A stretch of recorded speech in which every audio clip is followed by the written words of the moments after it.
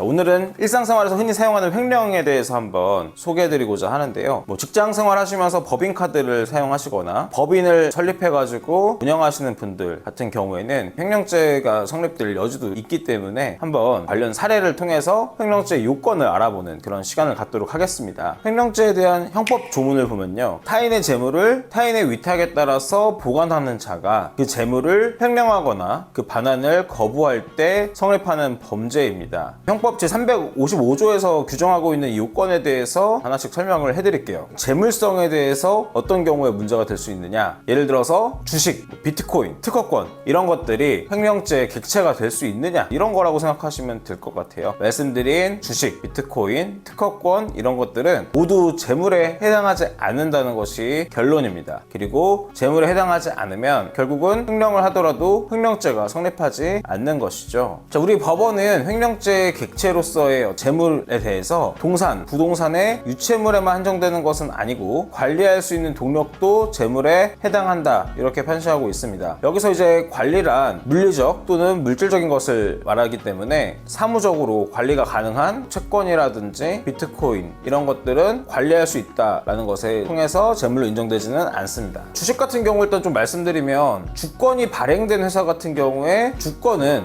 유가증권이기 때문에 재물에 해당하는 것이 맞습니다. 그런데 주식 같은 개념은 보다 더 넓은 범위죠. 이런 자본의 구성 단위 또는 주주로서의 권리를 의미하는 주주권을 의미하는 것이기 때문에 이거 자체는 재물에 해당하지가 않습니다. 그렇기 때문에 어떤 경우를 생각해 볼 수 있냐면요, 주권이 발행되지 않은 상태, 회사가 설립되고 주권을 반드시 발행해야 되는 것이 아니거든요. 그렇기 때문에 이럴 때는 어떤 사람의 주주로서의 지위는 인정된다 하더라도 이거를 처분했을 때 주권이 아니기 때문에, 주식 상태는 재물이 아니기 때문에 횡령죄가 되지 않는다, 이렇게 볼 수가 있겠습니다. 그리고 이제 비트코인 같은 경우에는 판례에서 재산상의 이익이라고는 보고 있습니다만 재물이라고는 보지 않는다고 하고 있고요. 광업권이라든지 특허권 이런 거 모두 다 어떤 권리나 권한에 해당하는 부분입니다만 이 부분은 재물이라고 볼 수는 없다고 얘기가 되고 있습니다. 자, 그러면은 그 다음 요건인 보관과 관련돼서 말씀을 드리겠습니다. 예를 들어서 내 계좌에 돈이 착오로 잘못 송금이 됐는데 내가 그 돈을 인출해서 사용하면 횡령죄에 해당할까요? 이런 부분들과 관련해서 생각을 해볼 부분이 있겠죠. 왜냐하면 이런 착오 송금 같은 경우는 내가 그 사람한테 돈을 보내달라고 요구했다거나 돈을 보관해주겠다고 약속한 사실은 없는 거잖아요. 그렇기 때문에 특히 이게 보관자로서의 지위가 인정되느냐 하는 부분이 문제가 될 수가 있어요. 다만 이제 우리 법원 같은 경우에는 횡령죄에서의 재물의 보관과 관련해서 재물에 대한 사실상 그리고 법률상 지배력 있는 상태를 의미한다라고 보고 있고요. 이러한 예금주와 송금인 사이에 신의칙상의 보관 관계가 성립한다라고 보고가 있습니다. 그러니까 결국은 뭐냐면, 송금인이 실수로 내 계좌로 돈을 송금해 왔다고 했을 때 나하고 송금인 사이에 어떤 명시적인 약정이 있었던 것은 아니지만 신의칙상의 보관 관계가 성립한다고 보고 있기 때문에 내가 이제 착오 송금한 송금인에 대해서 보관 의무를 부담한다는 거죠, 일종의. 그렇기 때문에 이 부분을 임의로 인출해서 사용하는 것은 횡령죄가 성립한다, 이렇게 보고 있습니다. 물론 이제 제자의 잔액이 한참 많아가지고 돈을 뽑아서 쓰더라도 여전히 많은 돈이 남아있는 경우라거나 돈이 잘못 입금된 상태라는 걸 모르는 상태에서 체크카드를 사용했다거나 이런 경우에는 결과가 달라질 수가 있을 것입니다. 이런 부분들은 구체적인 상황마다 조금은 달라질 수 있지만 어쨌든 간에 내가 착오 송금 받았다고 했을 때 법원에서는 신의식상의 보관 의무가 있다, 이렇게 보고 있다는 점을 말씀드립니다. 하나 더 나아가 보면요, 부모님이 가지고 있던 부동산을 공동 상속인 한 명이 점유를 하고 있었어요. 이 상태에서 다른 상속인의 상속 지분까지도 임의로 처분해버린 경우에 횡령죄가 성립할까요? 결론부터 말하면 일단 그렇지 않고요. 여기서는 한 가지 아셔야 될 게, 부동산 같은 경우에는 실제로 점유하고 있는 것을 보관자라고 보고 있는 것이 아니고요, 처분할 수 있는 권능이 있느냐를 기준으로 보관자의 지위를 정하고 있습니다. 그러니까 이게 무슨 얘기냐면, 설령 내가 부모님 땅 전체 다른 공동상속인 것까지 해서 점유를 하고 있다 하더라도 이걸 가지고 보관자가 되는 것이 아니라 처분할 수 있는 권한을 갖고 있느냐 없느냐를 가지고 보관자의 지위를 본다는 것입니다. 그러니까 결국은 공동상속인이라고 하더라도 법정 상속분에 따라서 나눠갔기 때문에 내가 다른 공동상속인의 상속지분을 임의로 처분할 수 있는 권한이 없죠. 그렇기 때문에 이렇게 처분 권능이 없는 상태라고 봐서 그것은 부동산을 보관하고 있는 자라고 할 수가 없어서 횡령죄가 성립하지 않는다는 것이 법원 판례입니다. 조금 다른 판례 중에는 공동상속인 중에 1인이 상속재산인 부동산을 보관하던 기간 중에 다른 공동상속인으로부터 매도 후에 분배를 요구받았는데 매도 대금을 반환하지 않은 경우, 이 경우에는 횡령죄가 성립한다고 보고 있거든요. 이거는 토지 자체에 대한 부분이 아니라 토지 자금, 매매 대금에 대해서 반환을 요구했을 때 횡령죄가 성립한다, 이렇게 되는 거라서 조그만 부분들에 따라서 횡령죄 성부가 달라질 수가 있기 때문에 이런 부분들은 아무래도 전문가하고 상담이 필요하신 상황이 있을 수 있겠습니다. 그리고 이제 가장 궁금해하는 부분들, 회사 자금을 마음대로 사용하면 횡령죄가 성립할까, 이런 부분들이죠. 이거는 이제 경우에 따라서 한번 달라지기 때문에 살펴볼 필요가 있는데요. 실무상 이제 가장 문제가 되는 부분이 불법 영득 의사를 있다고 볼 것이냐, 이런 부분입니다. 불법 영득 의사가 어떤 것이냐면요, 타인의 재물인데 내 물건인 것처럼 경제적 용법에 따라서 이제 이용, 처분하려는 의사가 있는 것을 말합니다. 쉽게 말하자면 다른 사람의 돈이나 물건을 다른 사람의 의사에 반해서 함부로 내가 사용하려는 의사를 말한다, 이렇게 보시면 되겠습니다. 법원은 이걸 판단하는 기준 중에 하나로 자기 또는 제3자의 이익을 위해서 소유자의 이익에 반하여 재물을 처분한 경우에는 당연히 재물에 대한 불법 영득 의사를 인정할 수 있다고 보고 있고요. 대신에 원래 소유자의 이익을 위해서 재물을 처분한 경우에는 이거는 불법 영득 의사를 인정할 수 없다, 이렇게 보고 있습니다. 회사 자금을 쓰는 데 있어서 내가 내 이름으로 부득이하게 사용한 경우가 있다 하더라도 이것이 회사의 이익을 위해서 사용된 것이다 라고 볼 수 있는 경우에는 결국은 횡령죄를 구성하지 않는다는 것을 의미합니다. 자, 그래서 반대로 이제 고소 같은 것을 할 때 사실 외부 사람들 입장에서 이 돈이 어떤 용도로 사용된 것인지, 회사와 어떤 관련성이 있는지를 모두 확인하는 것이 어렵지 않습니까? 그래서 이제 횡령죄에서 사실 정말 중요한 팁 중에 하나가 그런 용도 제한입니다.